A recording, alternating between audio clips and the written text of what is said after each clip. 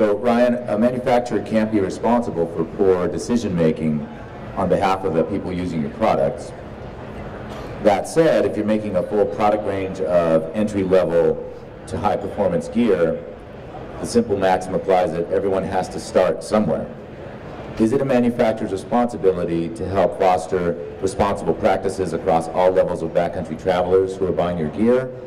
If not, then why not? It's a good question. Can you guys hear me? It's loud enough? All right.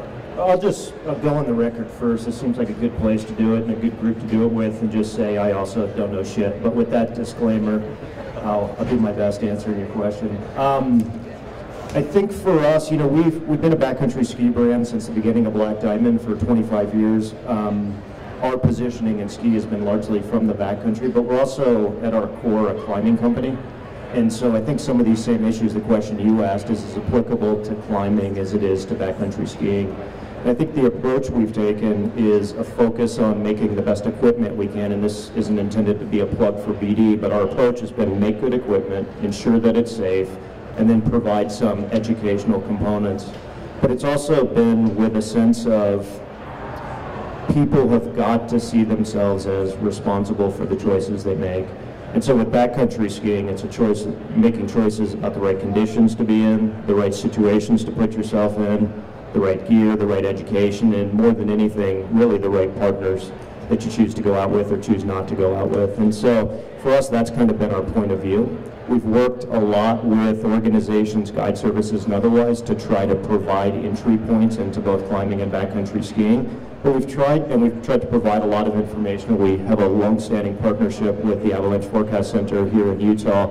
But at the same time, we've tried to be pretty affirmative in keeping that line very clear that you've got to be responsible for the choices you make.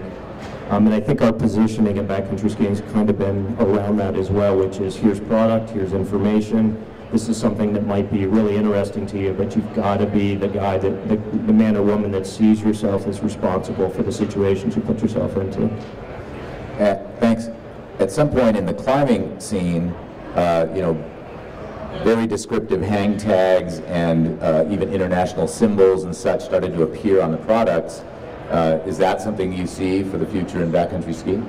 I think you see it now on probes, on shovels, on beacons, on airbags. So you see that. You know, I think the unfortunate reality of that is so much of that is in response to just trying to mitigate liability. So as someone who's probably the only person in the room maybe that's actually ever read one of those hang tags, those things are as thick as an encyclopedia. They're in 40 languages, and all they really tell you is we're not responsible for this or this or this or this. They're super user unfriendly.